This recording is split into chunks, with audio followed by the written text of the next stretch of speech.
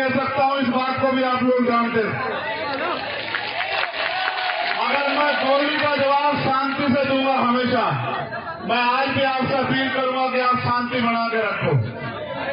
उनकी गोली का एक और कारण यह है कि वो डर रहे हैं, वो घबरा रहे हैं, और जब कोई घबराता है तब वो इस स्थिति में आता है कि इस तरह के हमले करता है। आप ये जानते हो कि वो मुझे सीबीआई, ईडी, इनकम टैक्स से नहीं डरा सकते, वो मुझे मुकदमों जेल से नहीं डरा सकते। मैंने भारत की सबसे बड़ी जेल तिहाड़ भी 2-2 बार काटी है। मैंने 16-16 महीने जेल काटी है। मैंने यहाँ राजस्थान की जयपुर की जेल भी काटी है। मुझे वो जेल से नहीं डरा सकते। मैं उन नेताओं जैसा नहीं जिनके मुंह पे टेप लग जाए, इसलिए उन्हें लगा कि वो गोली से मेरा मुंह बंद कर देंगे। मैं आपको वचन देकर कहता हूं कि कोई गोली मेरा मुंह बंद नहीं कर सकती आपकी लड़ाई लड़ने के, आपकी हमारी आवाज उठाने के लिए। याद रखना। तो ये मेरा संदेश उनको भी है कि मैं आपकी गोलियों से नहीं डरूंगा। अगली बार फिर तैयारी करना। मेरी माँ बहनों का, मेरे भाइयों का प्यार आशीर्वाद मेरे साथ है। जब तक इनका प्यार आशीर्वाद मेरे साथ है, मैं कहीं नहीं जाने वाला। जब तक कुदरत ने मुझे जिंदगी दी है। दूसरी बात, मैं यहाँ इसलिए भी आया कि मैंने आपको वचन दिया कि मैं आऊंगा भरतपुर, और मैं ये बताने के लिए भी आया हूं कि मेरा दिया हुआ हर एक वचन, उसको अगर मुझे अपनी जान की कीमत चुका के भी निभाना पड़ा, मैं उसको निभाऊंगा। और जो वचन मैं आपको दूंगा उसको मैं पूरा करूंगा। अगर मुझे जान की बाजी में लगानी पड़ी, उसके लिए भी मैं तैयार रहूंगा। ये बताने के लिए मैं यहाँ हूँ। और चौथी और आखिरी बात, जो सबसे महत्वपूर्ण है, हमारे नेताओं को भी सुननी चाहिए कि जब आप संघर्ष के पथ पे हो, कर्तव्य के पथ पे हो, अगर कोई बहुत ही ज्यादा मुसीबत आ जाए तो आप लक्ष्य से भटक जाओ, आप समय से ना पहुंचो, वरना आप समय से पहुंचो और मिशन के रास्ते में कोई कठिनाई आ जाए, जब तक आपके महापुरुषों का सपना पूरा ना हो तब तक रुको ना, अड़िग रहो। जैसे मैं आज अड़िग खड़ा हूं, ऐसे आप भी अड़िग रहो, क्योंकि ये परिवर्तन का आंदोलन है, एक दिन में पूरा नहीं होगा। हजारों लोगों की कुर्बानियां होगी। गुलामी की बेड़ी एक दिन में नहीं कटती है। मैं ये बताने के लिए भरतपुर में हूं, इस एकता के बीच में, कि अगर गुलामी की बेड़ियां काटनी है तो कुर्बानी देने के लिए तैयार रहो, क्योंकि जिस कौम में कुर्बानी के बकरे तैयार नहीं होते, वो कौम कभी आजादी प्राप्त नहीं करती है। इतिहास गवाह है। अगर हमारे खून से क्रांति आए तो मैं यहाँ खुले में इसलिए बैठा हूं कि मैं अपने खून का एक कतरा चुकाने के लिए तैयार हूं। अगर मेरा समाज, ये बहुजन समाज एकजुट हो जाए, अपनी एकता बनाए, अपने अधिकारों की लड़ाई को मजबूत करे, तो मैं अपने खून का एक कतरा जो है इस आंदोलन में निछावर कर दूंगा। इसलिए मैं यहाँ भरतपुर में हूं आज। देखो, आज मैं बहुत बड़ा कोई भाषण नहीं करूंगा। ये सच है, मेरी भी इच्छा है कि मैं जिंदा रहूं। जिंदा रहने की इच्छा इसलिए नहीं है कि मुझे बहुत बड़ी कुर्सी पर बैठना है, आपकी दी हुई प्लास्टिक की कुर्सी, और अगर आप जमीन पर बिठाते वो भी मेरे लिए महलों की कुर्सी, हीरो के ताज से बढ़ते हैं। लेकिन सवाल ये है, आज तो मैं महसूस कर रहा हूं, बात मेरी जान की नहीं है। मैं चला जाता, मेरी माँ एक दिन रोती, मेरे भाई और एक दिन रोते, मेरे बालक को तो ये भी नहीं पता कि उसका पिता गया कहाँ है। वो तो कभी जब वो समझदार होता उसको पता लगता कि उसका बाप नहीं गया था और रास्ते में इस तरह मारा गया। लेकिन सच ये है कि जो लोग इस आंदोलन में मुझसे उम्मीद करके, भरोसा करके जुड़े हैं, मुझे अपने से ज्यादा उनकी परवाह, उनका हौसला ना टूट जाए, इसलिए मैं भरतपुर आया कि उनको ये ना लग जाए कि भाई गोली भी लग सकती है। गोलियां तो लगेगी भाई। जिन्होंने अधिकार छीन रखे, जो कुर्सी में बने बैठे हैं, अगर आप उनसे अधिकार लेने का काम करोगे, सत्ता छीनने का काम करोगे, तो गोली भी चलेगी, मुकदमे भी होंगे, जेल भी जाना पड़ेगा, और भी मुसीबत आएगी, इनका सामना भी करना पड़ेगा। और आज मुझे बड़ी खुशी है कि आज मेरे पे ऐसे बहुत सारे कंधे हैं कि अगर चंद्रशेखर चला भी गया तो ये आंदोलन रुकने वाला नहीं है, इतना भी मुझे भरोसा है पूरा। मुझे देखो, आप लोग खतरे से वाकिफ हो, मैं आपको घटना भी बता देता हूं, फिर मैं आपसे काम की बात करूंगा। जब मेरा टेक्निकल मुआयना होने चला गया मेरे कपड़े, जब मेरे कपड़े आएंगे तो आप देखना बनियान में और शरीर में कितनी जगह होती है। बोलने वाला तो कोई कुछ भी बोलता रहे, मैं सस्ती लोकप्रियता की राजनीति करता नहीं हूं, आप जानते हो इस बात को। जब मेरे कपड़े आएंगे आप देखना, या पुलिस का बयान आएगा आप सुन लेना, वहां की पुलिस भी हमारी नहीं, वहां की सरकार भी हमारी नहीं।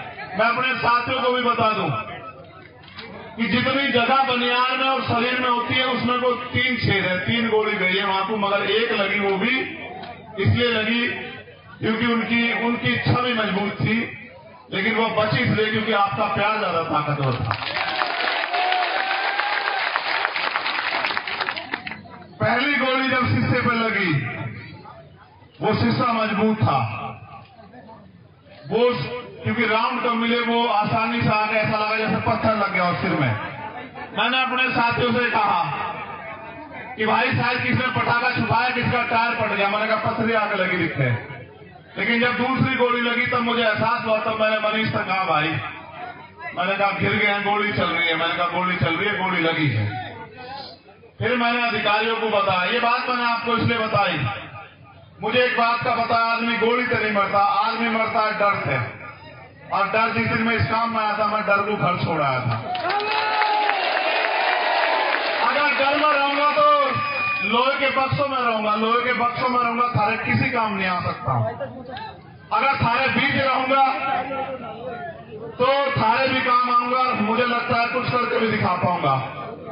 तो मुझे जैसे मेरी जान को खतरा है, पूरे भारत में भीम आर्मी आजाद समाज पार्टी के माध्यम से, और हमारे बहुजन पत्रकार भी, ये भी बात कहनी पड़ेगी, हमारे पत्रकार जो बहुजन समाज के हैं भाई, या जो ईमानदार पत्रकार हैं देश में, या जो ईमानदार से लड़ाई लड़ रहे हैं भीम आर्मी आजाद समाज पार्टी के लोग, या किसान सभा के लोग, या हमारे जाट महासभा के लोग, या अन्य कोई बहुजन संगठन जो ईमानदार से लड़ाई लड़ रहे हैं, उन सबकी जान को खतरा है। आप मेरे लिए सुरक्षा की मांग कर रहे हो, मैं यहां भी सुन रहा था। कितने लोग इस सुरक्षा की मांग करोगे आप बताओ, और किस किस की सुरक्षा सुनिश्चित हो सकती है? इस सुरक्षा को सुनिश्चित करने का एकमात्र माध्यम है कि जो लोग सुरक्षा देने वाले हैं उनके हाथ आपके हो जाएं। जिनसे सुरक्षा मांग रहे हो उन कुर्सियों में आप जाके बैठ जाओ। जिस दिन उन कुर्सियों में आप बैठ जाओगे, न चंद्रशेखर आजाद को खतरा होगा और न किसी आम आदमी को खतरा होगा।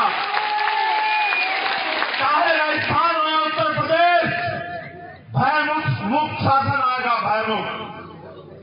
हर आम आदमी, चाहे वो किसान हो, कामगार हो, मजदूर हो, कोई बहन हो, कोई बिटिया हो, कोई बच्ची हो, कोई बुजुर्ग हो, जब ऐसे लोग कुर्सी में बैठेंगे जो सबकी सुरक्षा चाहते होंगे, जिनका लक्ष्य होगा कि हर कमजोर को बुनियादी सुविधाएं, अधिकार, स्वाभिमान सम्मान की जिंदगी मिले, इंसानियत बनी रहे, तब जाके व्यवस्था बदलेगी, वरना आप नहीं कर पाओगे इतने लोगों की सुरक्षा। क्योंकि आज जो सरकार में बैठे हैं उनका एकमात्र लक्ष्य ये है कि जो भी आपके खिलाफ आवाज उठा रहा है उस आवाज को किसी भी तरह कुचल दो। अगर मुकदमों से डर जाए, मुकदमों से डरा दो। अगर पैसे से खरीदा जाए, पैसे से खरीद लो। अगर और कोई डर दिखा के सीबीआई इनकम टैक्स का ताला लत्ता लगा दो उसके मुंह पे, और अगर इनसे भी ना घबरा रहा हो तो गोलियों से उसके सीने को छलनी कर दो। अभी वो गोली नहीं बनी जो आपकी ममता को चीर के पार निकल जाए, ऐसी गोली बनी नहीं है अभी, आप चिंता मत करो। मेरी बात पर गौर करो। अब जो बात मुझे आपसे कहनी है कि मेरा पसीने में यहां जो हाल है, आपका क्या हाल हो रहा होगा। फिर मैं आपके लिए क्यों कुर्बान ना हो जाऊं, आप बताओ मुझे। जो मेरे लिए टांग पर खड़े हैं, जो इस गर्मी में मोटे से मोटा लगा के मसल मसल जोड़ के यहाँ जो अड़े बैठे हैं, घर में वो पंखे के बगैर भी नहीं रहते होंगे, कूलर के बगैर भी नहीं रहते होंगे। अगर वो मेरी बात पे इतना खड़े हैं तो उनके लिए मैं क्यों ना कुर्बान हो जाऊं? आप बताओ मुझे, क्या ऐसा कारण हो कि मैं कुर्बान ना हो जाऊं? देखो भाई, सब जा, बैठ जाना, बैठ जा। खुदारा जी की सुरक्षा में हो, उसे ना कुछ हो सकता। मर्द का तो बैठ जा, बैठ जा, नाल ना करे और कोई, इनकी सुरक्षा ज्यादा है। देखो मेरी बात पे गौर करो। 26 जनवरी 1950 को भारत में लोकतंत्र आया था। लोकतंत्र यानी कि बहुमत का शासन, जिनका वोट होगा उनका राज होगा। पहले राजतंत्र था, अच्छे राजा भी हुए, बुरे भी हुए, तानाशाह भी हुए, सबका अपना अपना हश्र भी हुआ। यहाँ का तो इतिहास गवाह है। यहाँ तो किसान कामगारों ने मिलकर जो है राजशाही भी चलाई। अगर हमारी वफादारी थी, जो खजांची हमारा था, ये हमारी वफादारी थी कि खजांची हमारा था, ये हमारी वफादारी थी, हम पे भरोसा था। और सेनापति गुर्जर समाज का तो ये भी हमारी वफादारी थी कि हमारे सेना पे भी भरोसा था, राज भी हमारा था, क्योंकि राज करने वाले भी हमारे लोग थे। हम लोग मिलजुल के राज कर रहे थे। मैंने ये यहाँ की बात बताई, लेकिन मैं आपको लोकतंत्र की बात बताता हूँ कि जिनका वोट होगा उनका राज होगा। आज आपको चाहे रोजगार चाहिए हो या न्याय चाहिए हो या कोई हक अधिकार चाहिए हो, हर चीज के लिए सरकार पे आप लोग निर्भर हो। लेकिन सरकार बनाने की शक्ति आपके अंदर है। जैसा मैंने कहा, जिनका वोट होगा उनका राज होगा। आप बस इस बात को नहीं समझ पाए कि वोट आपके पास है, राज दूसरों का है। अगर जिनका वोट है वो अपनी वोट को संगठित करके और एक एक वोट को अपने पक्ष में दे दें तो राज यहाँ आपका आ जाएगा। और जिनका राज आ जाएगा, आप ये बताओ, अगर राजस्थान में आपका राज होगा तो क्या राजस्थान में मुझे कोई खतरा हो सकता है क्या? बात मेरे खतरे की नहीं है, मैं आपका ध्यान आकर्षित करूंगा। बात उस खतरे की है जो अन्याय लंबे समय से राजस्थान में हो रहा है। चाहे मुंह से रखने पर हत्या हो, चाहे पानी पीने पर, मटकी छूने पर हत्या हो, चाहे घोड़ी पर बैठने पर अपमान किया जाए, चाहे और तमाम तरह की जातीय, धार्मिक और तानाशाही सामंतवादी सोच के कारण हमारे लोगों के साथ अन्याय हो, दलित, पिछड़े, अल्पसंख्यक समाज के साथ, ये सारा अन्याय तब रुकेगा। देखो, मैं अपनी पीठ का घाव, ये मेरा जरा सा घाव 1 इंच का, इससे इस घाव के जख्म को मैं सह लूंगा।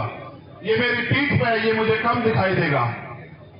लेकिन जब रोज मैं अन्याय सुनता हूँ, अपनी बहन बेटियों के साथ होते अन्याय को देखता हूँ, अखबार में पढ़ता हूँ, टीवी में देखता हूँ, वो जो घाव मेरे सीने पे होता है, मैं उस घाव से परेशान हूँ। इस दर्द को तो कुछ नहीं है, इस दर्द को तो मैं सह लूंगा। इस दर्द को सह सकता हूँ तभी तो आपके बीच में